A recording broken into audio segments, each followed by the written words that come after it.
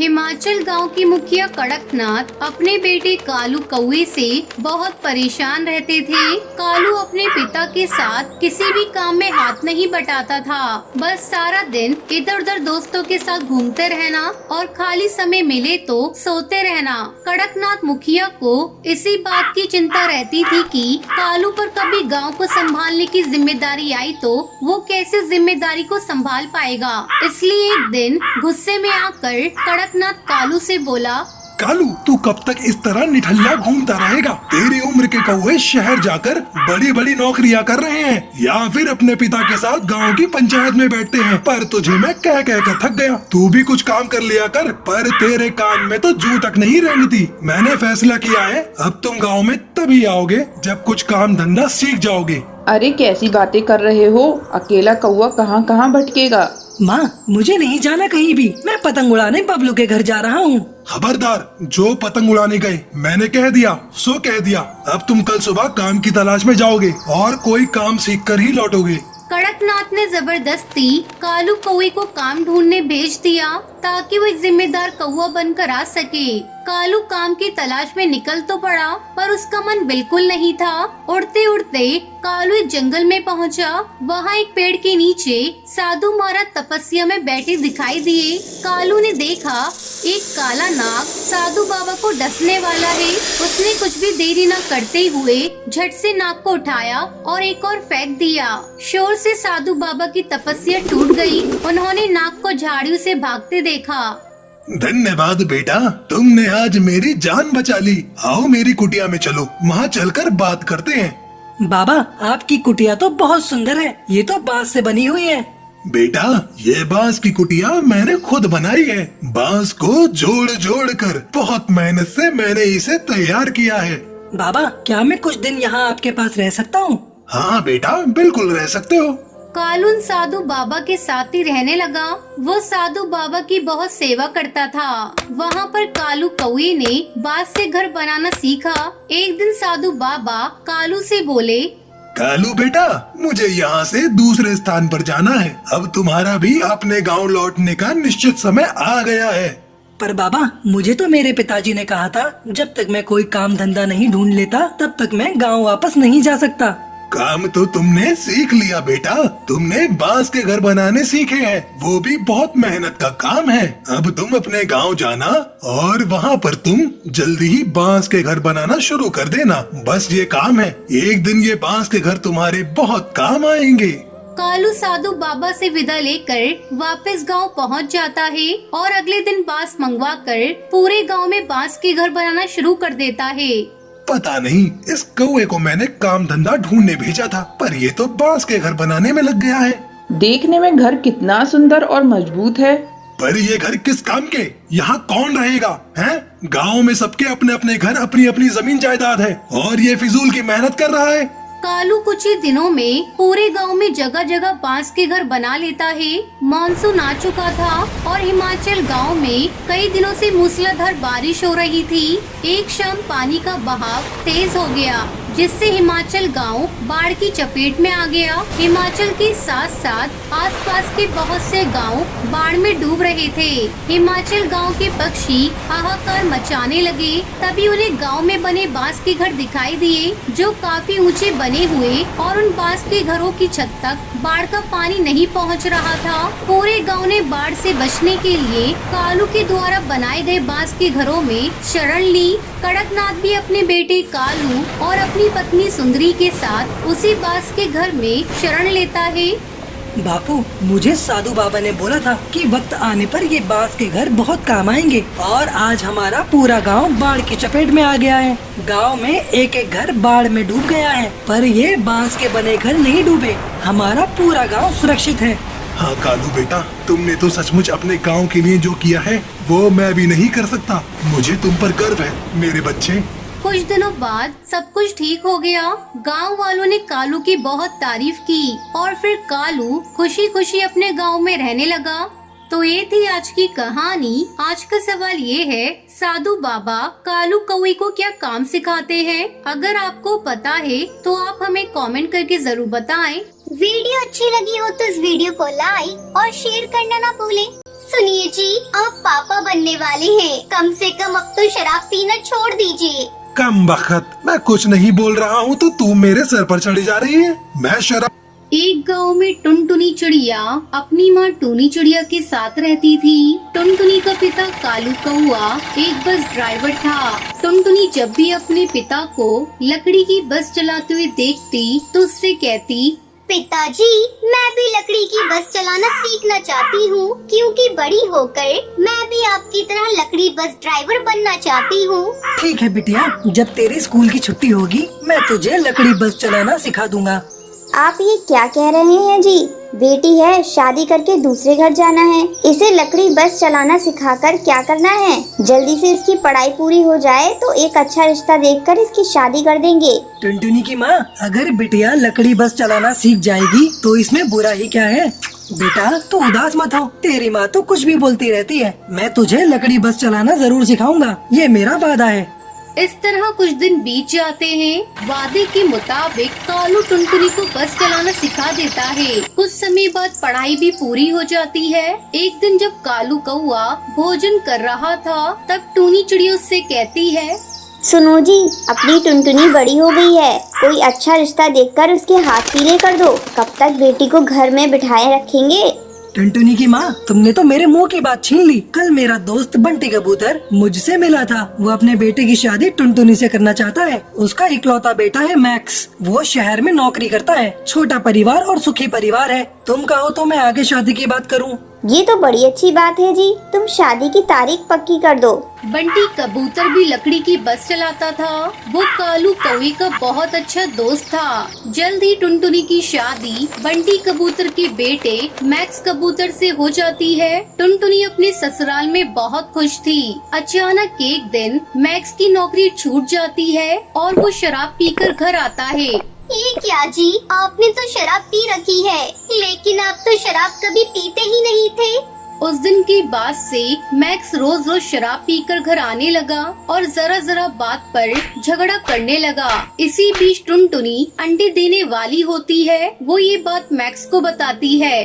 सुनिए जी, आप पापा बनने वाले हैं, कम से कम अब तो शराब पीना छोड़ दीजिए। कम बखत, मैं कुछ नहीं बोल रहा हूँ तो तू मेरे सर पर चढ़ी जा रही है। मैं शराब रोज पीऊंगा, तेरे बाप की नहीं पीता। आपको पता है, शराब पीने से आपकी तबीयत खराब हो जाएगी। अगर आपको कुछ हो गया तो मेरा और मेरे आने वाले बच्चे का क्या होगा?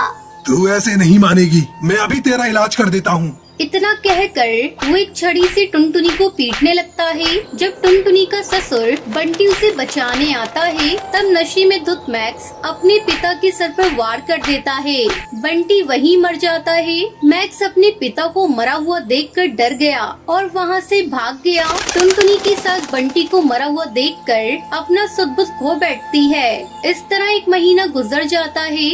घर का सारा पैसा खत्म हो गया। तब टुनटुनी लकड़ी की बस चलाने का फैसला करती है। माँ जी, मैं बस चलाने जा रही हूँ, आप अपना और घर का ध्यान रखिएगा। लेकिन बहू, तू तो माँ बनने वाली है, ऐसे में तेरा बस चलाना ठीक नहीं होगा। पर माँ जी, घर में अब कोई कमाने वाला बच्चा भी तो नहीं है। अब मैं चलती हूँ, आपका भोजन बनाकर रख दिया है, समय पर खा लीजिएगा। इतना कहकर टुनटुनी वहाँ से चली जाती है। दिन भर टुनटुनी बस चलाती है और शाम होने पर अपने घर लौटती है।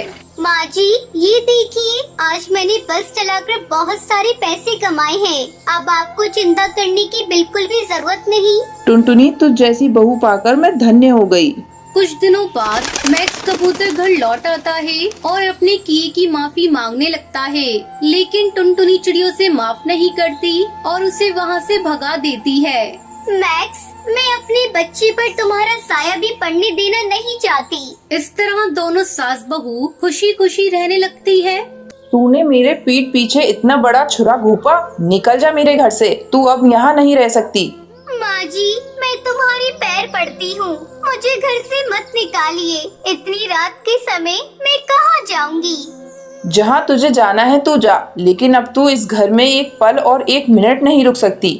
बबली कबूतरी घर का दरवाजा बंद करके अंदर चली जाती है। आखिर बबली ने अपनी बहू को इतनी रात के समय घर से बाहर क्यों निकाला? आखिर टुनटुनी चिड़िया ने क्या किया था जिसकी वजह से उसकी सास बबली इतने गुस्से में थी? आइए कहानी में थोड़ा पीछे चलते हैं। पिताजी, पिताजी कहाँ हैं आप?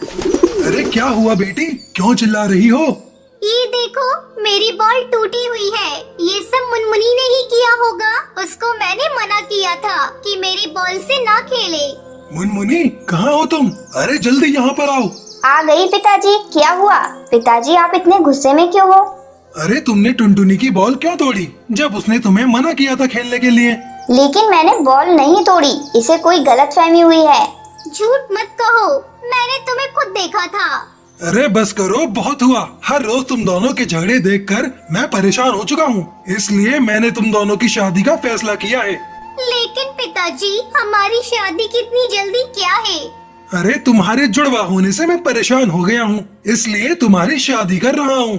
ऐसा कहकर टुन्नू चिड़ा वहाँ से चला जाता है और कुछ ही दिनों में एक अच्छा सा घर देखकर उन दोनों बहनों की शादी एक ही घर के दो चिड़ों से करवा देता है।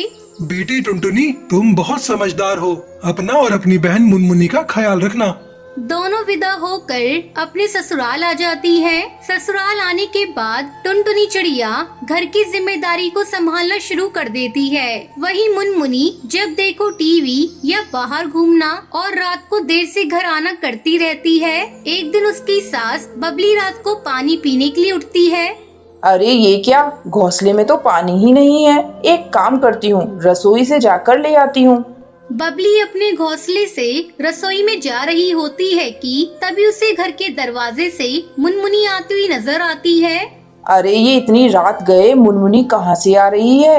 बबली उसे देखती ही रह जाती है, जिसके बाद मुनमुनी चिड़िया चुपचाप अपने घोंसले में चली जाती है। बबली अपने मन में सोचती है, इतनी रात को ये कहाँ से आ सकती है? मुझे तो कुछ गड़बड़ लग रही है। कल सुबह ये बात मुझे पूछनी ही होगी। अगले दिन सवेरा होते ही जिसके बाद टुनटुनी चिड़िया रसोई में जाकर नाश्ता बनाना शुरू कर देती है। तभी बबली रसोई में आती है और टुनटुनी चिड़िया पर डंडा मारकर उससे कहती है, क्योरी बदचलन चिड़िया, क्या तुझे बिल्कुल भी शर्म नहीं? आधी रात के समय तू कहाँ से आ रही थी? मैंने खुद तुझे अपनी आंखों से देखा है। माँ जी, आप ये क्या कह रही हो? भला मैं रात को कहीं क्यों जाऊंगी? मैं तो अपने घोंसले में ही थी। आपको मेरी बात पर विश्वास नहीं तो गोलू जी से पूछ लो। झूठ मत बोल मुनमुनी, मैं जानती हूँ तू ही थी। अरे मैंने खुद तुझे भोलू के घोंसले में जाते हुए देखा था। टुनटुनी चिड़िया को ये सब समझने में देरी नहीं लगती कि उसकी बहन ने उसे दोबारा से फंसाया है। ऐसा नहीं है माँ जी, मेरी बातों का विश्वास मानो। मैं मुनमुनी नहीं टुनटुनी हूँ। तभी वहाँ पर मुनमुनी पहुँच जाती है। अरे बहन, तुम ये कैसी बातें कर रही हो? टुनटुनी तो मैं ही हूँ, तू मेरे साथ ऐसा क्यों कर रही है? मुनमुनी चिड़िया के मुंह से ये सब सुनकर टुनटुनी चिड़िया हैरान रह जाती है। ओहो, तुम दोनों ने मुझे पागल बना रखा है। माँ जी, आप मेरा विश्वास कीजिए। कल रात मैं नहीं, ये मुनमुनी रात के समय आई थी। लेकिन कल रात वाले जूते तो तूने अभी पहने हुए हैं। इसका मतलब तू ही मुनमुनी है। नहीं माँ जी, ये तो मुझे मुनमुनी ने सुबह सुबह ला कर दिए थे। मुनमुनी, ये नहीं तू है। तू इस बेचारी भोली भाली टुनटुनी चिड़िया को बदनाम करना चाहती है। दोनों की हम शक्ल होने की वजह से बबली कबूतरी को कुछ समझ में नहीं आता, जिसके बाद वो अपना सर पकड़कर वहाँ से निकल जाती है।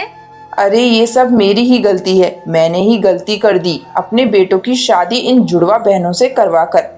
मुनमुनी बहुत चालाक होती है। वो हर बार की तरह इस बार भी अपनी बहन टुनटुनी चिड़िया को फंसा देती है, जिसकी वजह से रात के समय बबली कबूतरी टुनटुनी चिड़िया को घर से बाहर निकाल देती है। बेचारी टुनटुनी चिड़िया आधी रात को बारिश में भीगते हुए वहाँ से चली जाती है, जिसके चलते कुछ ही दिनों बाद मुनमुनी चिड़िया धीरे धीरे अपना रंग दिखाना शुरू कर देती है। अरे ओ बुड्ढी, क्या कर रही है तू? चल जल्दी से घर के काम कर ले, बहुत मुफ्त की रोटी तोड़ ली। हाय हाय बहू, ये तू कैसी बातें कर रही है? इतनी संस्कारी होकर तुझे ऐसी बातें शोभा नहीं देती। ओए बबली, रात की चाटी हुई कटोरी, तू मुझे पाठ पढ़ाना बंद कर, जा और घर के काम कर, नहीं तो ऐसा हाल कर दूंगी कि जिंदगी में कभी उठने चलने बैठने लायक नहीं बचेगी। मुनमुनी चिड़िया की बातें सुनकर बबली कबूतरी को यकीन आ जाता है कि उससे बहुत बड़ी गलती हो गई और उसने टुनटुनी चिड़िया को मुनमुनी समझकर घर से बाहर निकाल दिया। ये मैंने क्या कर दिया? अब मैं क्या करूं? अपनी बहू को वापस कैसे लेकर आऊं? इस मुनमुनी चिड़िया ने तो मेरा जीना हराम करके रखा है। एक दिन बबली कबूतरी सब्जी लेने के लिए बाजार जाती है। वहीं उसे टुनटुनी चिड़िया दिखती है और उससे माफी मांगती है। बहू टुनटुनी, मुझे माफ कर दे, अब तू चल घर मेरे साथ, मैं सबको सच बताऊंगी। चलिए माँ जी, आज मेरा सही फैसला लेने का वक्त आ गया है। टुनटुनी चिड़िया अपनी सास बबली के साथ उसके घर आती है, जिसके बाद टुनटुनी चिड़िया पूरी सच्चाई गोलू चिड़ा और भोलू चिड़ा को बताती है और अब वो अपनी बहन मुनमुनी से कहती है, बहन, मैं तुम्हें कोई सजा तो नहीं दे सकती क्योंकि तुम मेरा ही खून हो। मैं अपने पति और अपनी सास को लेकर यहाँ से हमेशा के लिए जा रही हूँ। रुको भाभी, मैं इस बदचलन चिड़िया के साथ नहीं रहना चाहता, मुझे भी अपने साथ ले चलिए। ये सब देखकर मुनमुनी चिड़िया की आंखें भर आती हैं और उसे अपनी गलती का एहसास होने लगता है, जिसके बाद वो रोते हुए कहती है, मुझे माफ कर दीजिए, गलती करने वालों को एक दूसरा मौका देना चाहिए, क्या मुझे एक मौके का कोई अधिकार नहीं? टुनटुनी उसकी बात मान लेती है और उसे एक आखिरी मौका दे देती है, जिसके बाद पूरा परिवार एक साथ खुशी खुशी उसी घर में रहने लगता है। धीरे धीरे मुनमुनी चिड़िया पहले से बिल्कुल बदल जाती है और अपनी बहन के साथ प्यार से रहने लगती है। तो ये थी आज की कहानी। आज का सवाल ये है, टुनटुनी की जुड़वा बहन का क्या नाम था? अगर आपको पता है तो आप हमें कमेंट करके जरूर बताएं। वीडियो अच्छी लगी हो तो इस वीडियो को लाइक और शेयर करना ना भूलें।